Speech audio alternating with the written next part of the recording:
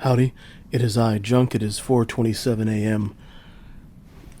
December 27th. That's 4:27 Eastern Time.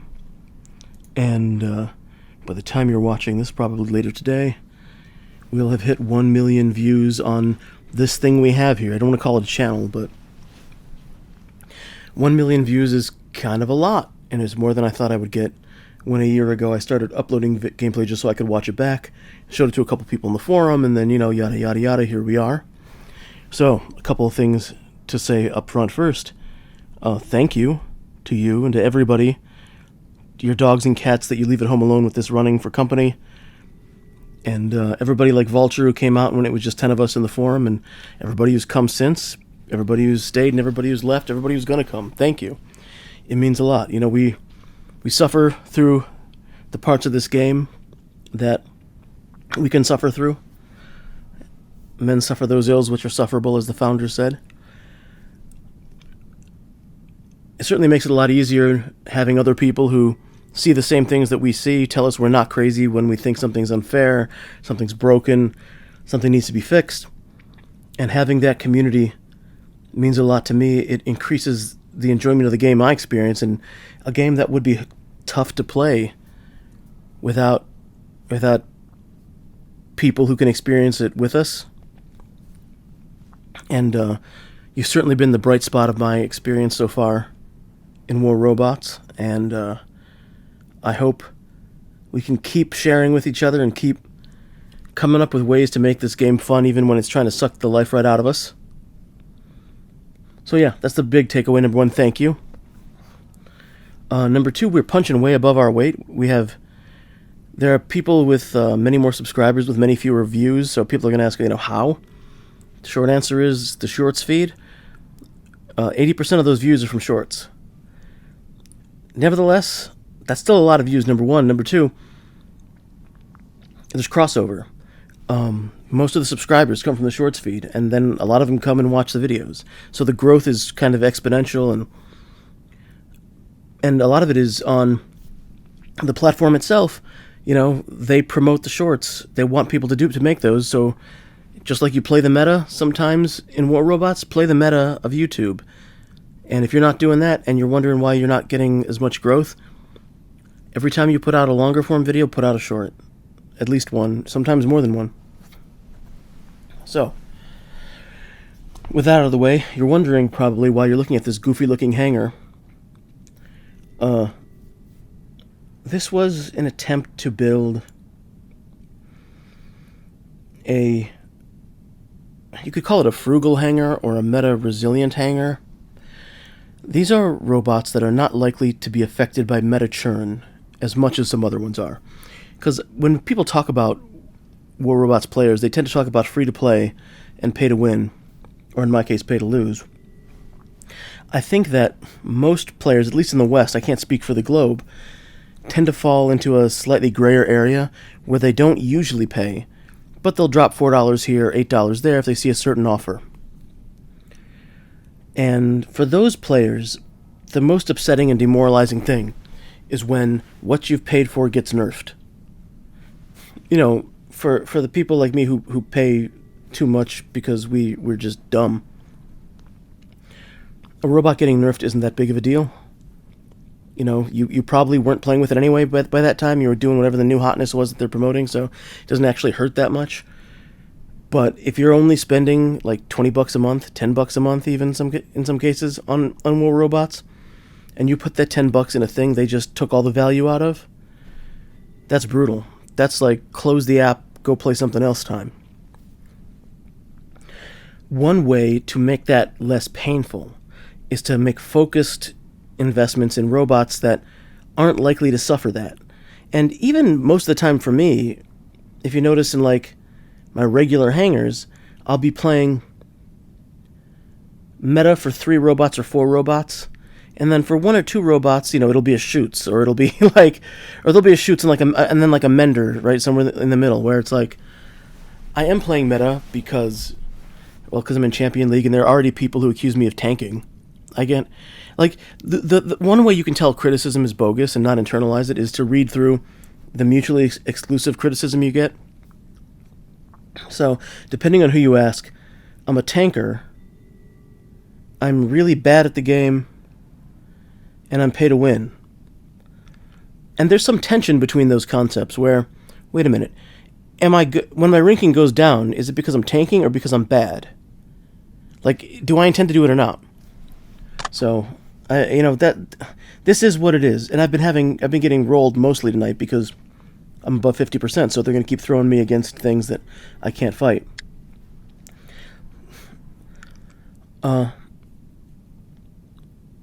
So whatever your tolerance is for spending, even if it's nothing, then building towards these things is a good idea, because these are robots and weapons that aren't likely to be nerfed anytime soon.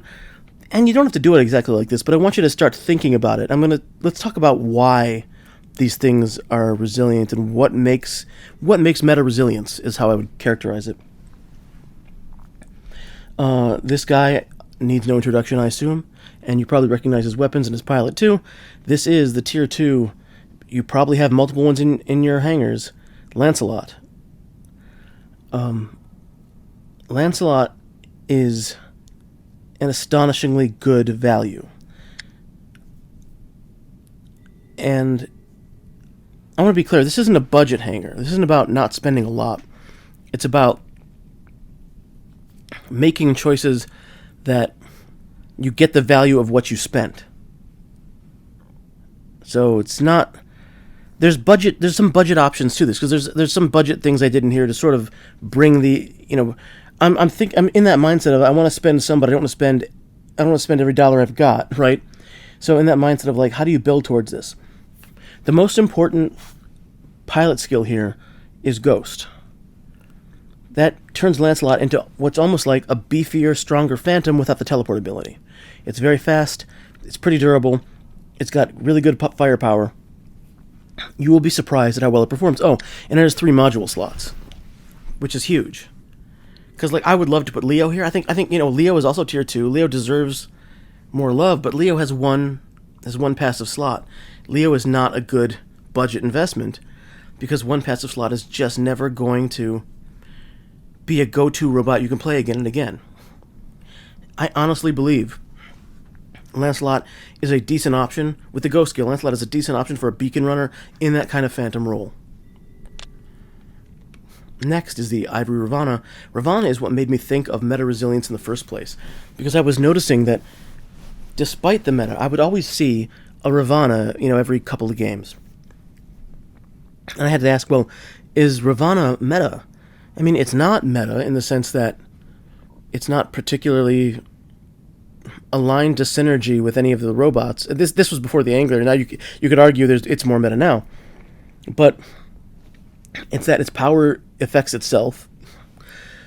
It uses a mechanic that most of the game doesn't interact with, like phasing.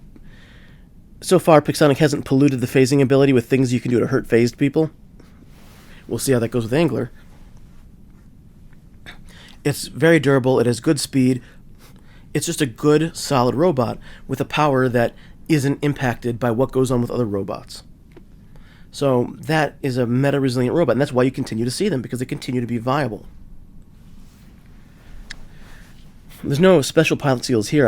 I would have taken the improved shock grouping for the Sonics, but I'm not married to the Sonics. I might swap that out. Because one issue with this hangar is there's no range. I mean, the farthest range we have is the Leech's ability at 500 yards. There's really no... if you end up on a big map, you're in deep trouble. And that's something that will need to be addressed. But I recorded one game with this that I'm going to play and give you some thoughts over as we watch it. So I'll continue to tinker with this as we go forward. But Mender, another great example of a meta-resilient ability because it affects you and your allies and not the enemy. So, obviously with Marie Leclerc, that makes it more viable in Champion League, but as you're building towards that, you can build the Mender before you have Marie, and then get Marie. When you do get Marie, her unique ability is the one that's going to be the most valuable. Other than that, True Ace is great, and I like Spy. All of these robots so far have some combination of repair amplifiers and immune amplifiers or anti-control. If you don't have those for the tanky robots, like Lancelot, I would say heavy armor kits are the way to go. Cryptic Fenrir. Balanced units are also a good choice. It's going to depend a little bit on what league you're in, what's viable. But I think that even in Champion League, balanced units and anti-control would be just fine. Less so on the tanks. Obviously, on the tanks, you want the damage reduction. But on things like Ravana, this was a choice because I play tanky robots, so I think in a tank mindset. If you think in a damage mindset, you might be more successful with nuke amps because your instincts are going to be to protect yourself when you need to, whereas my instincts are to close in. So it depends how what your play style is, what your instincts are, and it's kind of like when you're buying a knife, right? The thing they tell you is buy the knife that feels the best to you because that's the one you're going to use. Use the mods that feel the best to you. We can do the math, and we can determine, survivability versus damage, and figure out damage per second versus survivability time, and what the overall hypothetical max damage output would be. It's all worthless because it's all, as soon as the game starts, all that means nothing. Do what feels right to you. This is the robot that, with the non-limited edition weapons, I called the team captain and ran for over a year because it was the one thing I didn't rotate out because it was useful in so many games, and it still is. I rotated it out because I faced that undead Revenant build that I used after it, and I wanted to build that undead Revenant, and I just haven't swapped it back in, but it is still a monster. Whenever you see one, it's going to take up a whole lot of your time to deal with it. And I have not changed any of these skills from when the Fenrir was the meta tank. So there is, the part of the beauty of the Fenrir is its simplicity. There isn't a lot left to nerf here, and no one's calling for a nerf to the Fenrir.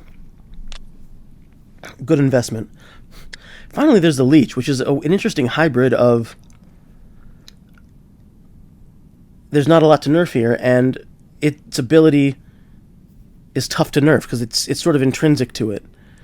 Unlike the Ravana and the Mender, its ability does affect other people, obviously, but it's been steady for a long time. No one's calling for nerfs to it. Balanced unit and last stand. Balanced unit because the bigger the health pool, the more damage you can transfer, and last stand so that you can live long enough to actually do some on your own. The Tyrans are sort of a nod to this idea of you're going to be leveling on your way up to these things. You're not going to buy them all at once. And that's something you can level early that will be viable. It's an inferior option, no doubt, to the existing radiation weapons, but it's a viable option. From here, you would want to build into the existing one, like the current, I guess, is it Hazard that are the medium size? I can't keep them straight. Finally, the thing that brings me the most apprehension, the Ox Minos. And it brings me apprehension because I have never really played Ox Minos. I've never played Minos. I've played it like 3 times to try it, decided I don't like this, it isn't for me. And I make fun of it a lot as like barely a Titan. I know there are people out there who do amazing things with it. I know AD Gaming says it's his favorite Titan. I've never felt it. But when I'm asking myself what Titan is not likely to get nerfed and is still viable in Champion League, the Cinder Minos it's tough to nerf, right? They've already nerfed the Cinder pretty hard. But I don't think anyone's calling for nerfs to the Minos. I don't think, you could build this out. I was trying to avoid anything meta, right? Because we're trying to be timeless. We're trying to avoid the meta churn. So a weapon that's already been out and already been nerfed into its place is the right choice here. Of those, the most viable ones, the ones you see the most in Champion League, are the shotguns, which are just less good versions of like the new shotguns, the energy shotguns, or the Cinder. So I'm hoping that will give us some success. I don't know that it will or it won't. And as I said, I recorded gameplay with this hangar as it is. And so I'm going to play that, and we'll talk about what's going on. So that's me talking now about gameplay recorded previously, which I've never done before. But I didn't want to run this and fall over dead immediately. So let's talk a bit about that. All right, now this is what I recorded previously, and we're just going to talk through some of what's going on. I remember my first drop was the Ravana because it was Castle. Castle was not my first choice of map. It's better than Springfield, it's better than Valley, but it is fairly open. There's some cover, but it's fairly open, and with my short-range weapons, I was not loving this. So I thought, okay, let's start with Ravana. I can maybe close the distance I can get to some of the cover fast enough to be useful. Oh, I should have talked about the drones before. They're really basic drones. Everybody has advanced repair chips except for the phase on the Leech. And so these are your basic on-repair build beaks and your basic on-repair build nebulas. The Fenrir Nebula has suppressor, and the other one has control resistor. That's the Lancelot one. So I was looking around here, and I'm trying to decide, all right, there's too many people who are paying attention to me. I've got to try to phase in somewhere. So I thought maybe I'll have better luck not going to the bridge. And then this rocket Capri saw me, so I phased again. And I thought, okay, it's just dancing. This is just Ravana dancing. Phase, close, shoot, phase, close, shoot. Hope that they waste their clip when you're phased. And I was very unthrilled when this Revenant showed up, and then I decided to ignore the beacon, and I guess the Revenant decided if I'm not going after the beacon, he doesn't care. So I said, okay, great. I can chase down this Kepri that has made me so miserable. Had this been a Spear Kepri, this would have been a much shorter trip. So now I'm thinking, alright, behind enemy lines, I don't think that the Nether sees me yet. So I can get on the beacon, start unloading up close, and I think he's aware of me now. Thank goodness he only had 2 spears, right? He moves off the beacon very helpfully, so I don't want to phase until I had at least flipped it. And then we capped it. And now we're in a bad situation, because I'm looking around, and I've got the only beacon. This is not great, because I am not exactly in meta robots right now. This was a decision. I didn't want to leave the beacon, but standing on the beacon and dying while the guy ranges me is not a better option. So while it does seem inconvenient for the team, and it was not optimal, the better of the bad options is to leave the beacon and take out the guy shooting at me, then stay on the beacon and die to him at range, because I can't reach him. Yeah, I was 45% sure I was going to die just to the Fenrir, but I was 100% sure when the Indra showed up. So this is where the Tyrans might not have been the optimal choice. I thought, okay, I can get in here, but he didn't even look at me until the other guy was already dead. Now I'm getting shot from Lantern, so that was a short, brief life.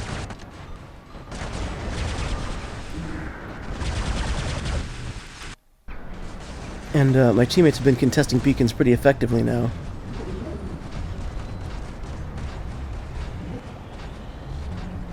This turns into a big team fight, but like, look at the speed on the Lancelot. It is astonishingly effective. This is an old boy, and that front shield is helping him survive. Now this is where I'm turning around because I thought somebody jumped over me.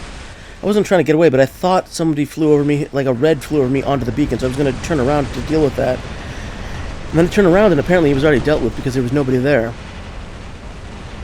I'm getting locked down climbing up the hill. The downside of the immunity amp is that until it's loaded, you're not really immune. And this is a Mars. This is a fainter Mars, a meta build, meta robot. And for an old boy, Lancelot's doing a decent job. At this point, I said, oh, well, we seem to have the game under control. I can afford to be really bad at a robot. And hence the Minos.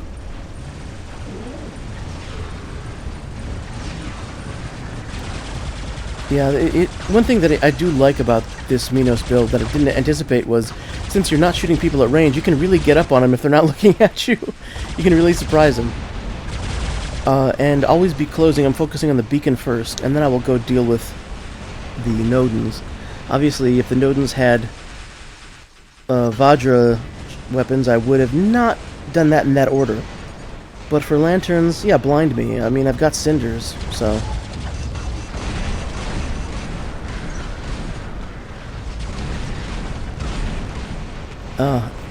and the one fully spear Kepri I see is not... Oh, it's not even a spear Kepri, is it? It's a magnum.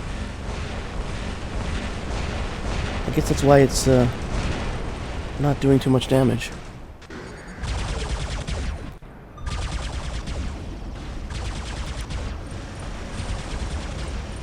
And time is about to run out for the red team.